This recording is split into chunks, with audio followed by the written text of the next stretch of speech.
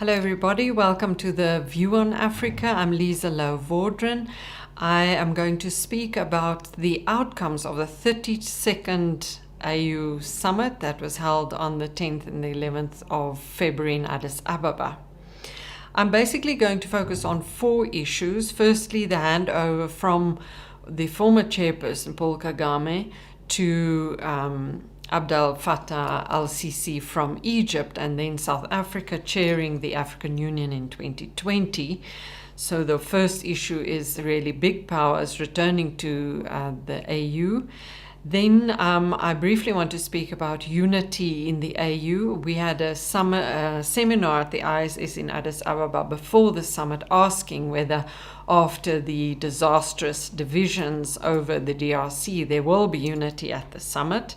So I'll try and answer that. And then thirdly, speak a little bit about the financing of the AU, which has been a contentious issue for a long time, but to look at what was decided, and just as a final word on the inclusion of the African peer review mechanism into the Assembly Summit, which we think could have on the long term a positive impact on governance on the continent. So firstly, Egypt taking over from Rwanda. The President al-Sisi said Egypt's priorities going forward will be on infrastructure on the continent, Cape to Cairo, highways, etc., the continental free trade area, and job opportunities for young people in Africa. He also spoke about the youth. He spoke about the reforms of the African Union. He spoke about other issues such as the theme of the year, focusing on refugees, IDPs, and returnees, a sustainable solution to forced displacement on the continent. But really, one gathered from all the speeches that were made by himself and others at the AU that the focus going forward this year is going to be on issues of economic integration on the continent. The Continental Free Trade Area now has 18 ratifications, only 4 outstanding, and the expectation is that 22 ratifications will be reached by June, July, when there will be an extraordinary summit in Niamey in Niger to launch the Continental Free Trade Area. South Africa actually signed its ratification, or deposited its ratification at the summit in Addis Ababa. So basically, Egypt now chairing. There were lots of questions over whether President Paul Kagame's reform efforts in the AU will continue in this year and the coming years. Well, of course, not the same dynamic. We don't expect any new initiatives being launched, but there is a roadmap. The decisions were made at the last summit in November in Addis Ababa. For example, to reduce the number of AU departments and commissioners. That will have to kick in by 2021 when a new commission comes on board. So there's also an implementation unit in the chairperson's office at the AU. So even though it might not be Egypt's priority, the sense is that some of these reforms will go forward. So just on that point, so South Africa will be chairing. Initially, Eswatini was on the one of the candidates to chair the AU for 2020, and there were discussions behind the scenes. It's evident that South Africa has more capacity to take on such a responsibility, and this year we'll see some preparations. Our sense is that South Africa definitely has a role to play when it comes to issues such as free and fair elections, and working more closely with civil society, issues like government's freedom of speech. But it remains to be seen how far South Africa and President Cyril Ramaphosa is willing to stick its neck out when it comes to, for example, upholding the issues of free and fair elections. Which brings me to my second point on unity around the Democratic Republic of Congo. We saw in all the speeches President Felix Tshisekedi welcomed by, for example, Paul Kagame, who we know really opposed his election and called for a postponement of the election results. So there was certainly a measure of, I would say, hypocrisy, smoothing over some of the divisions. It was not lost on anyone.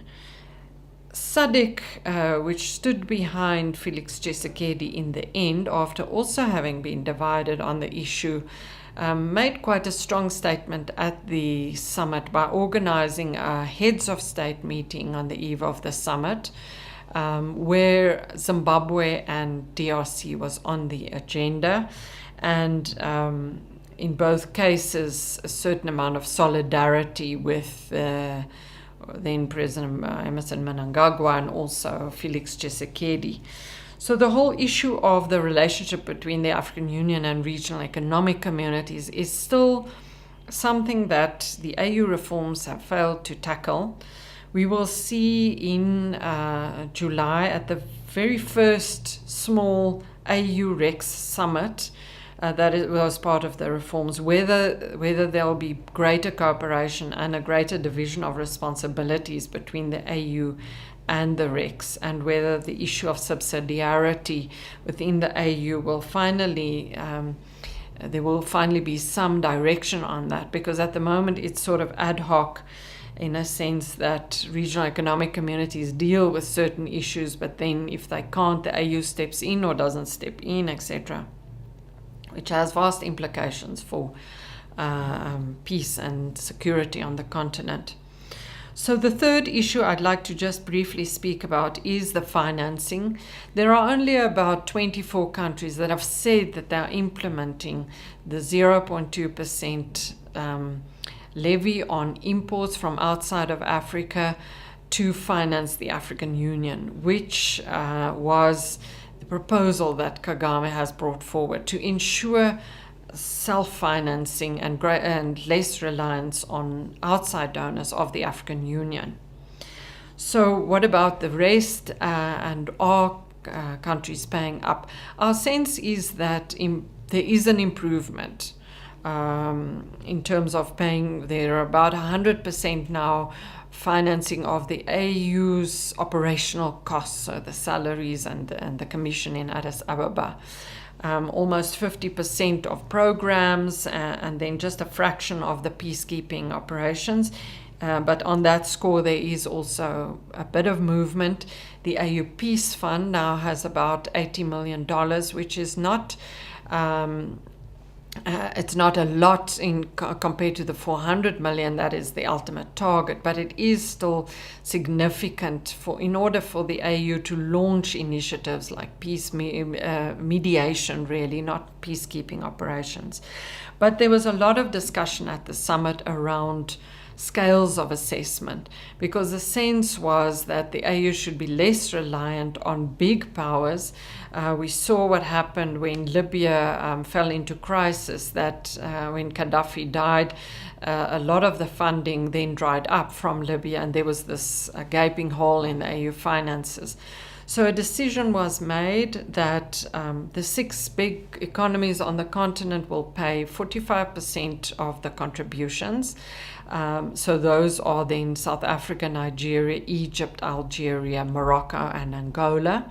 But there will be a cap on what they are contributing. And then there'll be a tier 2 and a tier 3 of countries depending on their GDPs. So one could say there's a greater burden sharing. But there was a lot of discussion over that, and also sanctions. Should a country like Somalia or the Central African Republic be sanctioned because they haven't paid up? Obviously, fragile countries in war, but there are others who could afford it, who are also behind with their contributions. So there's small movement on the self-financing, but still a long way to go. And then finally, one of the interesting aspects of the summit was, and it's also part of the reforms, was that the African Peer Review Mechanism produced a report on the state of governance in Africa that was presented at the Assembly it was President Uhuru Kenyatta. He chaired the APRM previously. President Idris Deby was the one who presided over the APRM summit. So even though there are lots of criticisms of the APRM, notably its reports, which are always released very slowly, there's definitely some movements. We saw at the summit 2 reports dated February 2019 on Mozambique and the Ivory Coast, which are quite up to date and quite interesting. And there seems to be a new dynamic on the APRM, which is part, as I said, of the reforms of integrating the organs into the AU and AU budget.